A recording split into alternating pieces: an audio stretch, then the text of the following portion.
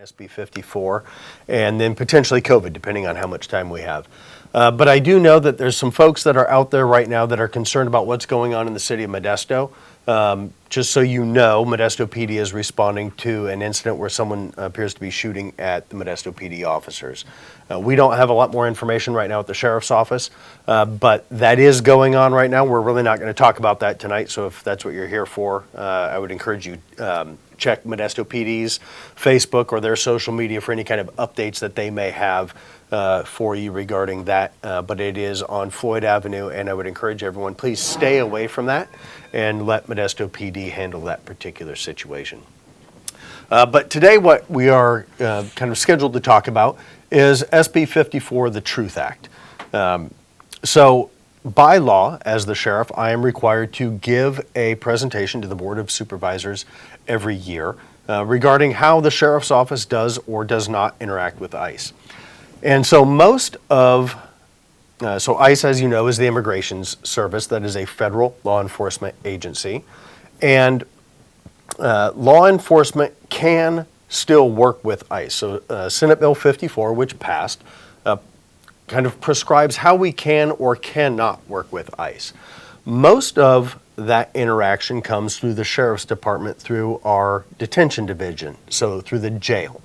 So when someone is arrested in Stanislaus County, they are arrested for a California law violation.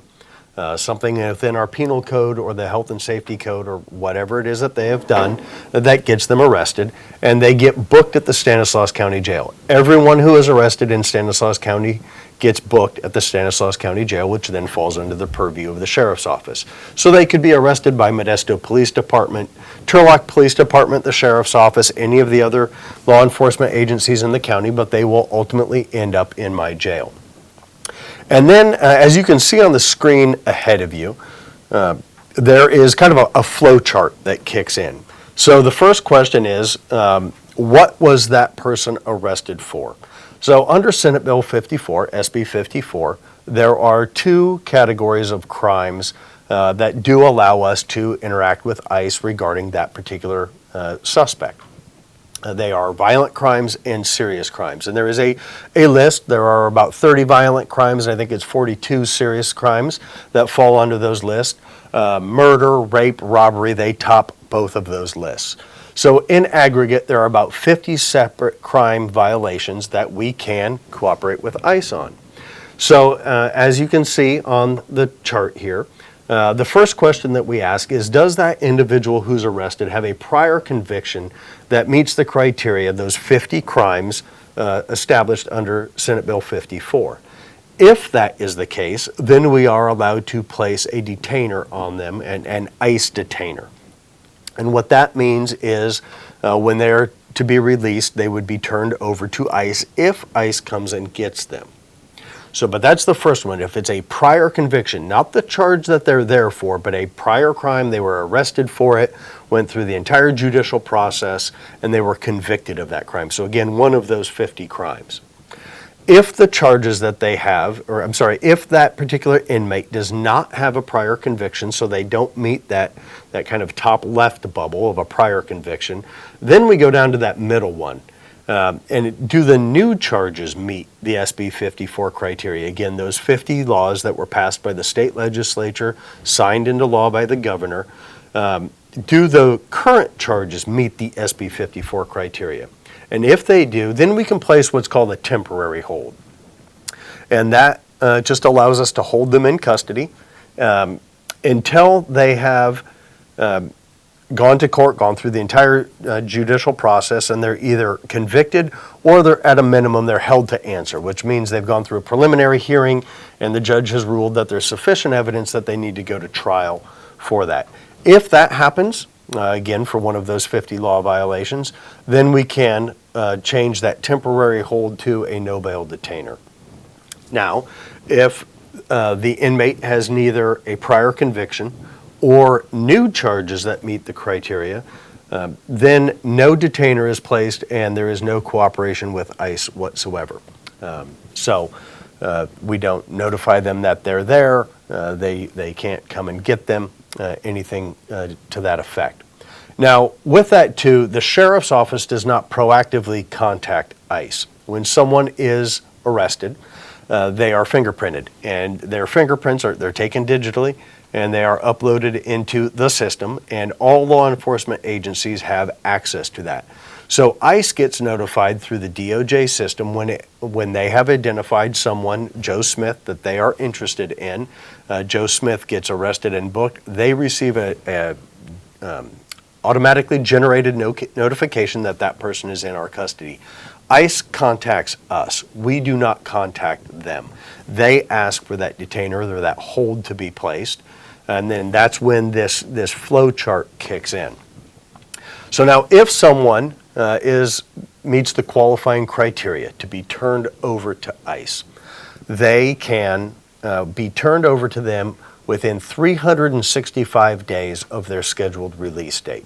So if someone is convicted of, we'll say, assault with a deadly weapon, if they were sentenced to maybe 3 years in county jail, for the first 2 years they must remain in our custody, and then when they enter into the very first day of that third year that they would stay in custody, we can notify ICE that they are within 365 days of their release date.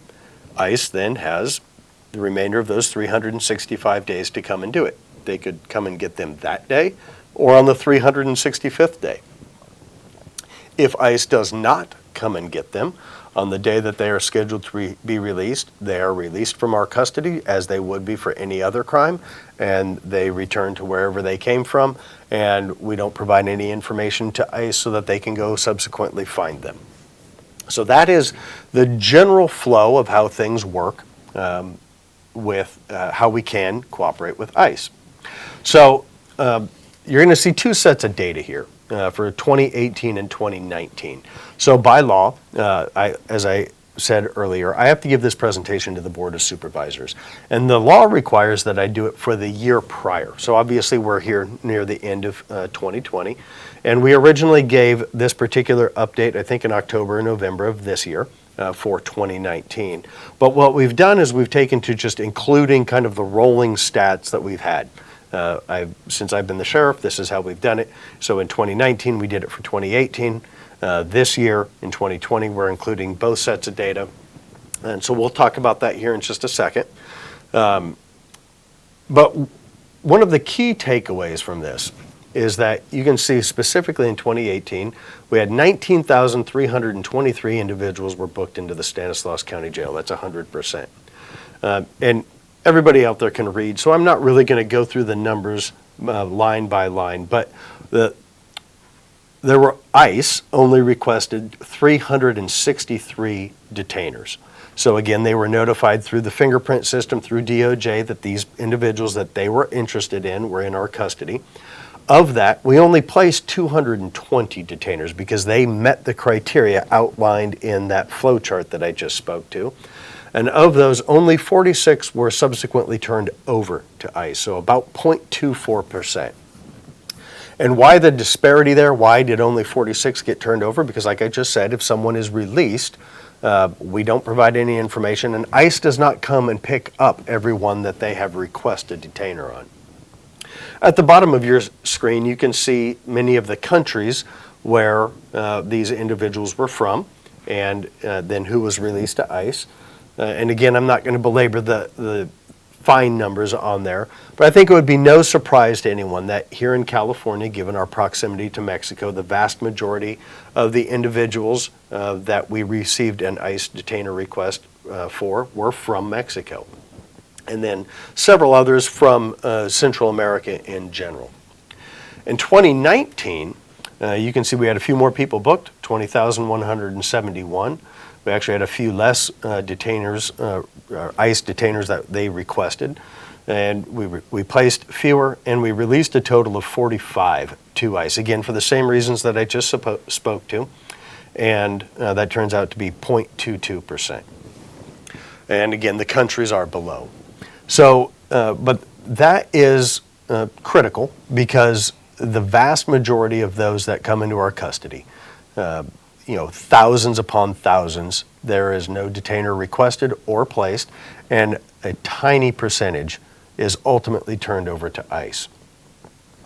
Next year, obviously, we will provide the data for 2020. We will give that presentation to the Board of Supervisors.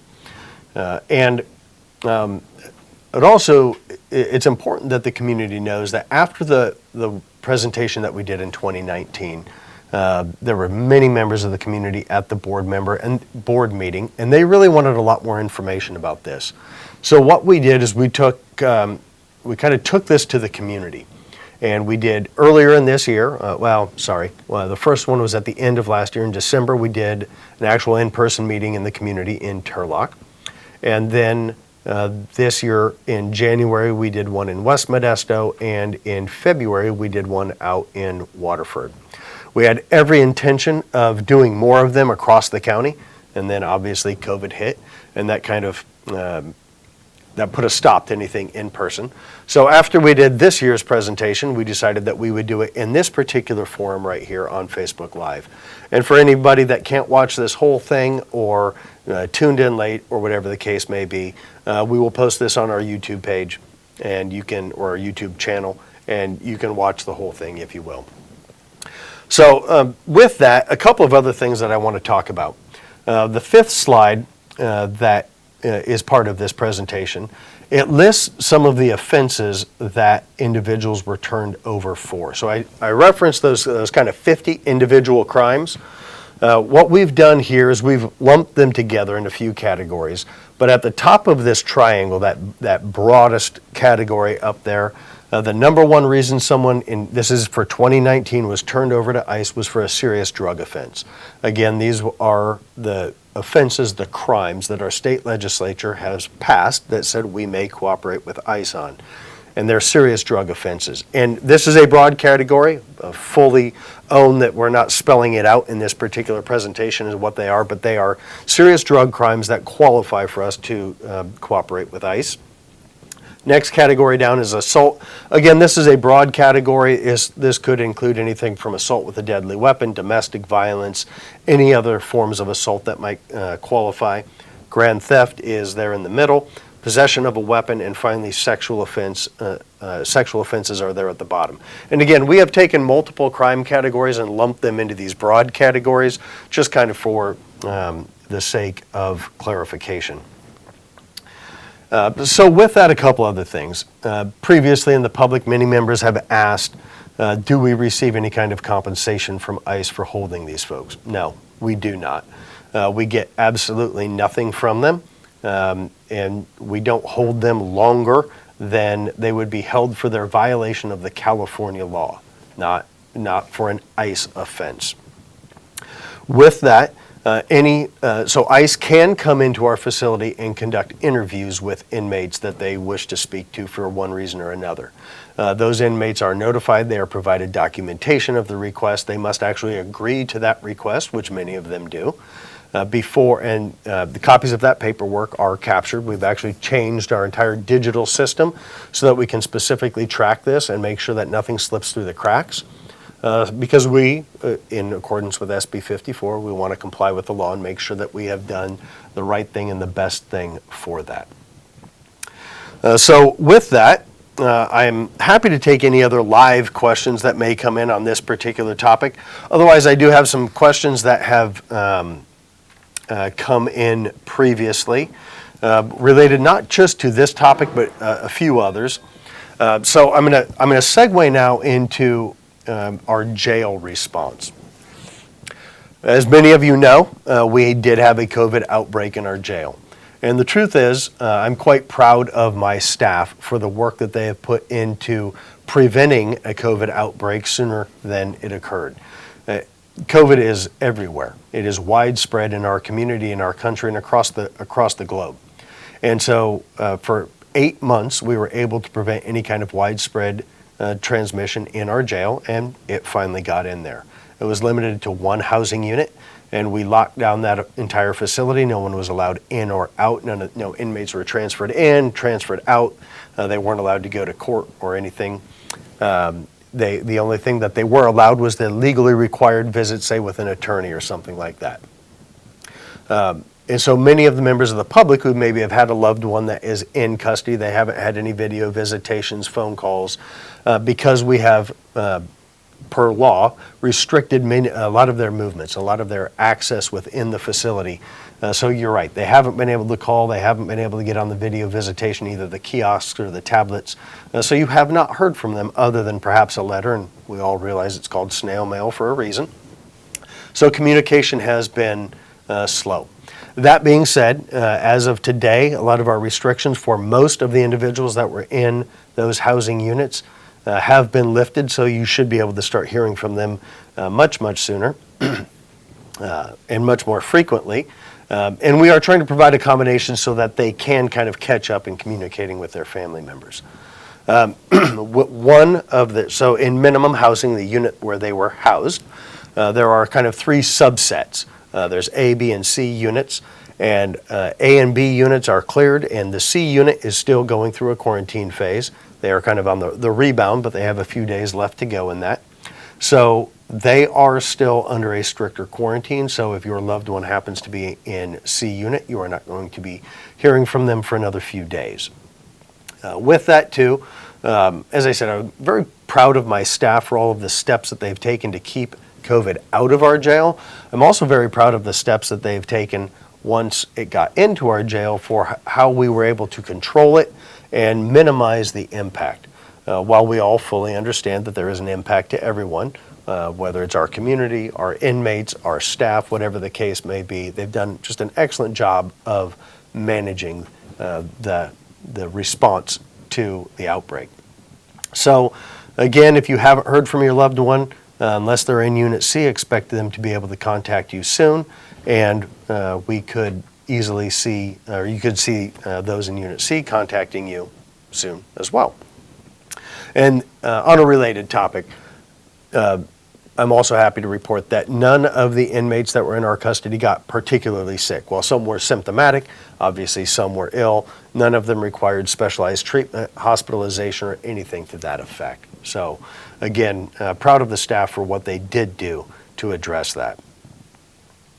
So a question that's come up is, what have we done to ensure the health of the mental health of inmates? And that is a challenging topic. There's no way to kind of get around that one because most of the mental health professionals that we would allow in, we've had to restrict specifically due to COVID and our response there. But we are very aware of the impacts of mental health, obviously not just on our inmates, but everybody across our community. So we are making additional video visits available to them, additional email messages, whatever the case may be, now that they have access back to those type of services.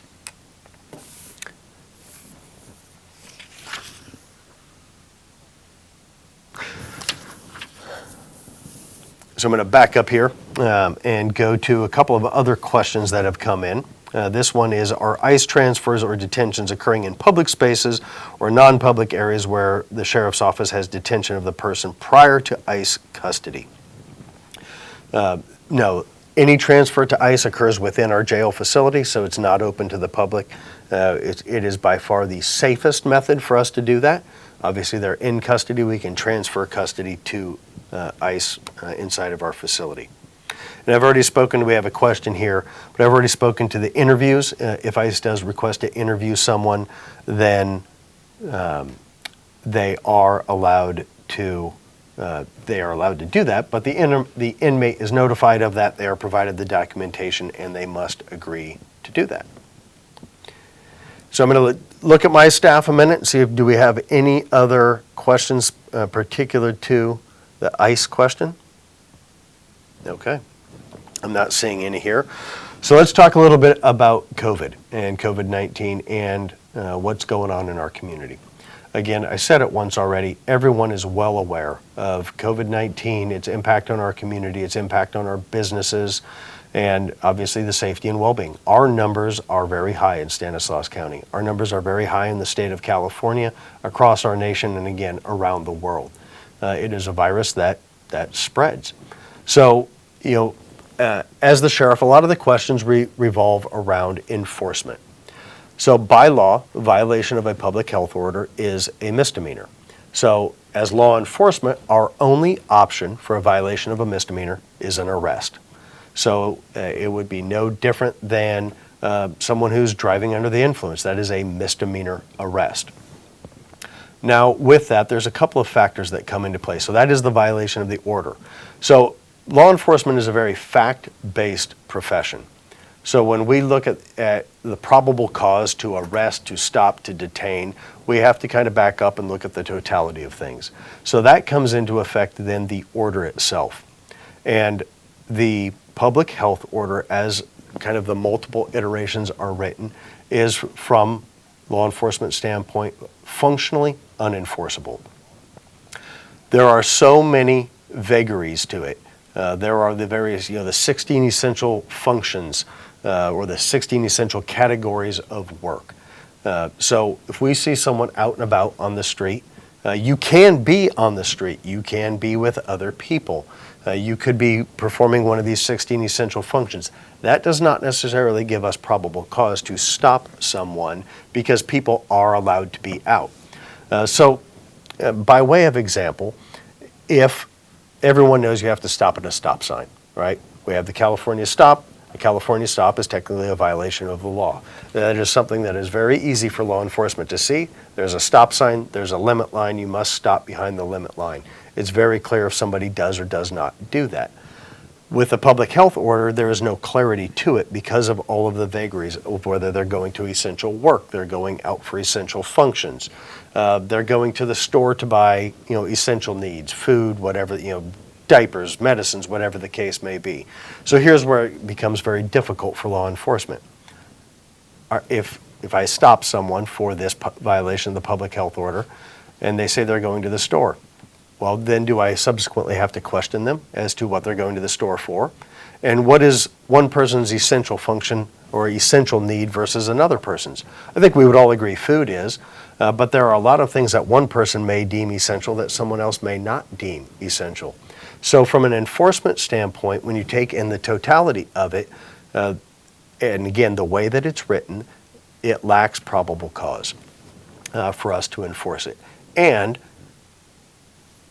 a misdemeanor arrest is an arrest. It is a violation of the law, and that goes on someone's record permanently unless they get it expunged. So with that, our state, due to COVID, is releasing thousands upon thousands of inmates so that they don't go to jail or don't stay in prison. And we, as law enforcement, do not want to go down that road. We work in this community. We live in this community. We are not going to make criminals out of our community for violating the order. Now, let me be very clear.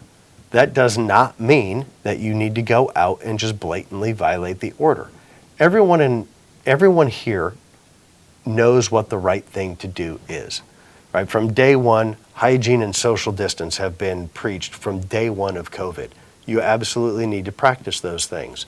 Masks came in a little bit later. That masks prevent the spread of COVID-19. If you are out and about in the public place, you should absolutely wear a mask. Right? It prevents the spread of COVID-19. So everyone here should do the right thing, but we're not going to arrest you for it. That doesn't mean that there is no enforcement, specifically around the areas of businesses.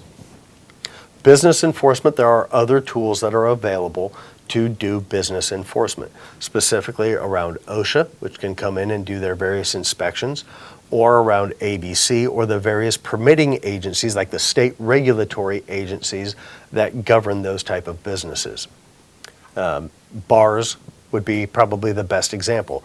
ABC, they control the liquor licenses for a bar. If a bar is violating the state order, ABC can come in and suspend, revoke, fine, whatever the case may be for a bar that is in operation in violation of the order. So with that, there is enforcement. It's just not an arrest. Most of that enforcement is done through either code enforcement, again, ABC, OSHA, or these other regulatory agencies.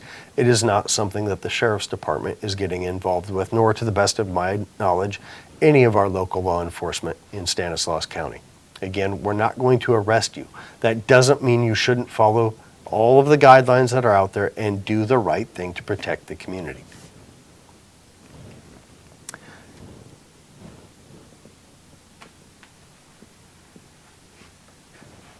Are we getting any other questions that need to be addressed. I think most of it is on here.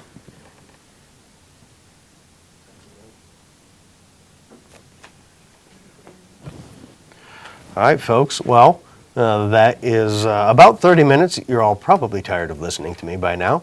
So in the absence of further questions, I think we're going to wrap up with that. Now, here's the other thing. This will be on YouTube. Feel free to review it, watch it, share it with your friends, whatever the question may be. But also point out that you can email me directly, the sheriff, through the Sheriff's Department website. Right on our homepage, there's a button. You can click on it. It says Email the Sheriff. Comes directly to me personally and no one else. Feel free to reach out. I am happy to answer any question at any time. Or you can send a direct message through Facebook or any of the other social media. Staff will get it to me and I can respond as appropriate. So with that, thank you. Happy to do any of these kind of meetings on any topics across our community. Hopefully someday we're going to be able to get back out there soon and do these type of events in person.